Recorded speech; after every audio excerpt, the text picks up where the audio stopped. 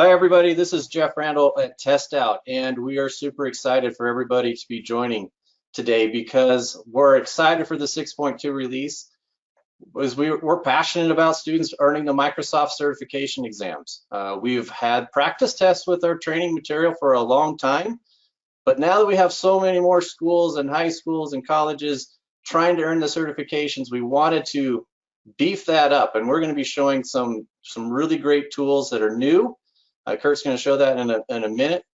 That's really going to help the students gain the confidence and the skills they need to pass the exams. It's going to help teachers know that their students are ready, and they're going to have higher pass rates in their schools. So it's not like we haven't had practice tests before, but you're going to enjoy these new features. We're going to talk about a little bit of a 6.2 release, but I'll throw out a teaser. There's going to be some other things coming in the summer that we're not going to be showing today, but we're just going to focus on how can we help your students be successful right now with Word and Excel. PowerPoint will come out later, and like I said, there'll be some other great features coming in the summer. But for now, let's take a look at what 6.2 has, and let's turn it over to Kurt. Thank you. Okay, let's get started.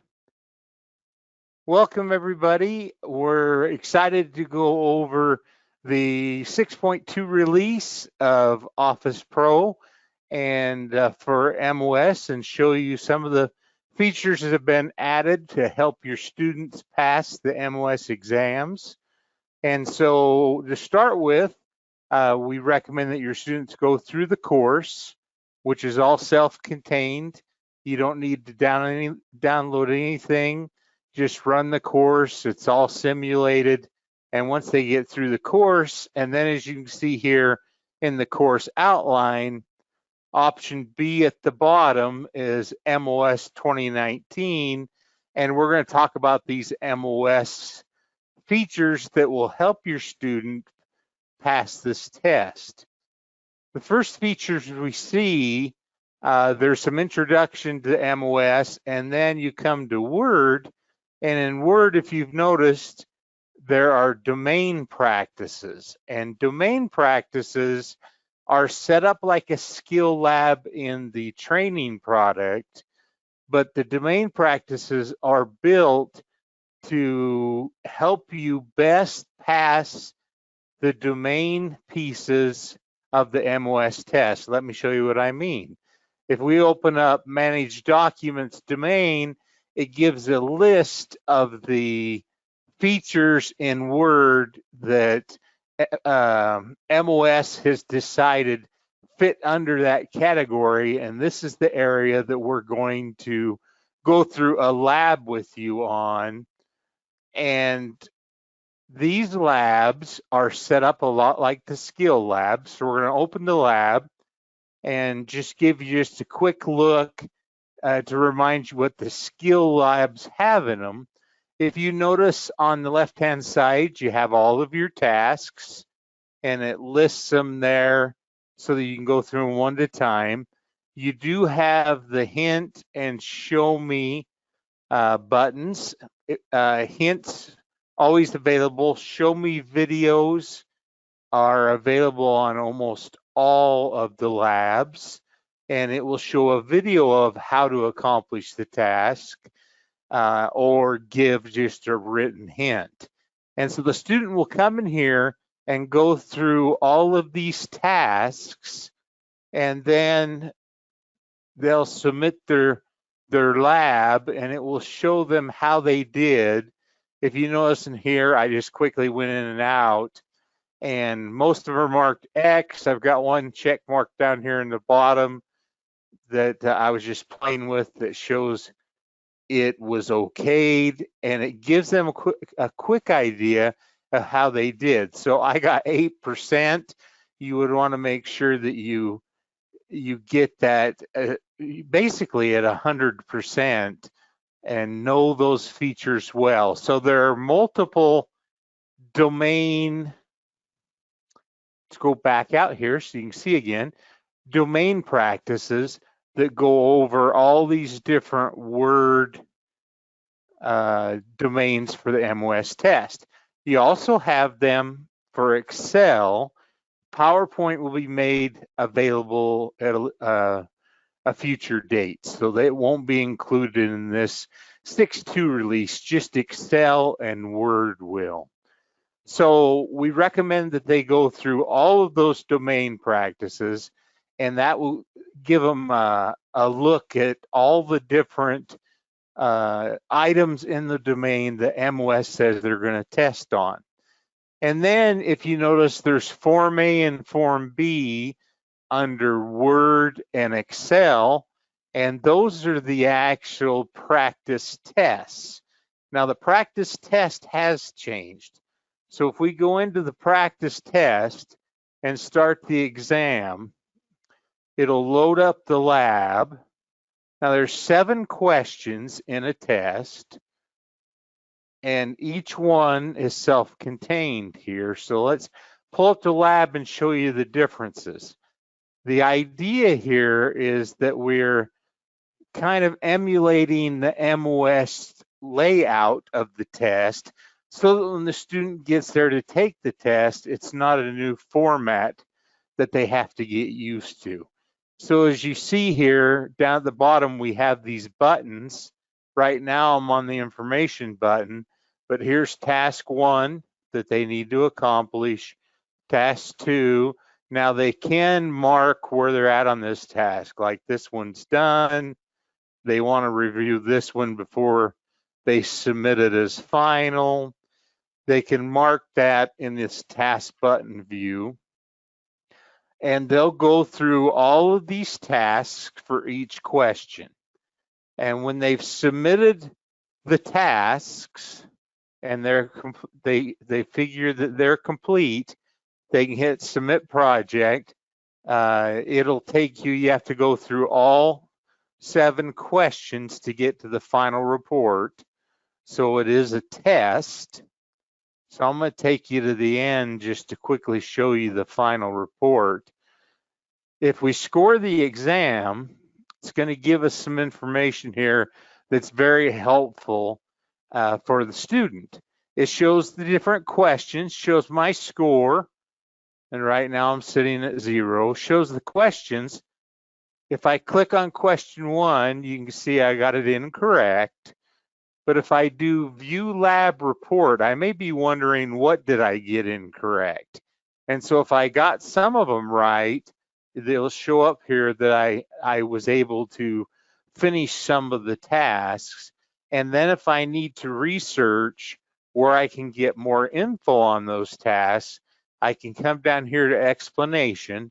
And if I want to look at doing smart art, down here at the bottom, I have the video and the text and the lab listed that I can then go reference in the product to study that area again. Now, we do not give you the answers to the exam as you go through, so you don't just try to memorize the exam. Also, exam A and exam B do not cross-use questions. They are both unique, individual polled questions, and you won't see them duplicated between the 2 exams. And so the idea is, if you have an area that you didn't do well in, that you actually go study that area and then come back and work on it again. So that is the summary page of the exam page. And again, we have those exams, A and B. They're separate exams. They don't share questions. And they also don't provide an answer like the domain practice does with the hints or the videos to show you how to do the task. And then in Excel, same thing. We have 2 different tests, and they are separate, completely separate banks of questions that they pull from. And then in PowerPoint, it's still using the old format, not the MOS, and that will be updated at a future date. So the thing that's nice about all this MOS material the new domain practices, the practice tests, it's all included in the course. You don't have to download anything. You don't have to load another product. You don't have to go outside of this product. It's all simulated, Word simulated, Excel simulated, so your study can all be done as it would in class and not have to take and install other products to make the exams work. So that is a quick summary of what we've added to help you pass your MOS exams and making sure that your scores are in an area that would allow you to pass. And you can check that on the Microsoft Word practice forms at the end in the summary, and make sure you've got a great pass rate there. If not, go restudy the material. Hey, Kurt, this is Jeff. I was just wondering that on the Form A and the B, those are timed? Are those timed exams? They are time tests, thank you. And so you want to watch your time, make sure that it doesn't get away from you, because you can run out of time if you spend too long. If time is 50 minutes, you have 7 questions, and it takes an 80% to pass these practice tests. So that's a list of the top information here, but they are timed. They're not unlimited. Where the domain skills are not timed, it's just the actual exams are timed. And also, when I noticed when you were showing the exam, so if you push start exam, they can review the question, but are they able to just go through the entire practice test and then go back to review, or do they need, or how do they do that? Another great question. Once you've submitted the question as complete, you cannot go back and review it. And that's different than the actual test will be. So you want to be careful there that once you've submitted that question as done, it will give you a message that says you can no longer edit these questions. And so we close the question out.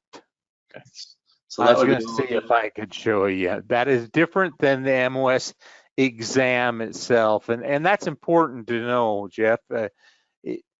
Here it well, it didn't. It won't, because I didn't try to do the lab. I just skipped out of it. So, but it won't let you, like, it's question 7. Go back to question 1 and answer a task. It locks that down. Okay. And then were the domain practice ones, if a student started it, class ended, they came back to it and maybe finished it as homework, does it save it, or do they have to start back over? It will allow you to start from where you were. So it remembers where you were. Okay. So yeah, you get the choice to start from the beginning or start, to resume the test basically. Okay. And again, that's different. That's more like our skill labs and not the test. The test, the big differences between the test and these skill labs is we don't show answers, we don't give helps and hints, and we really don't let you go back and re-go through the test. So it's kind of final. Okay. Is there a score that we're recommending that students get before they take the Microsoft certification exam on the A and the B? At this point, we haven't published one. So, I'll keep that comment reserved, but you want to score highly because you don't want to take that test more than once. And we give you the tools to actually get your score very high because you can go back and review the areas that you may have struggled in.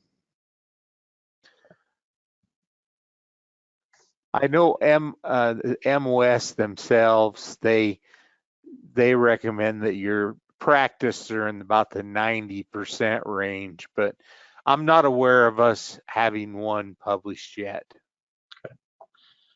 You were also, just a couple more questions in. You were mentioning the PowerPoint exams, that there are practice tests for the PowerPoints, but I think you said those aren't for MOS.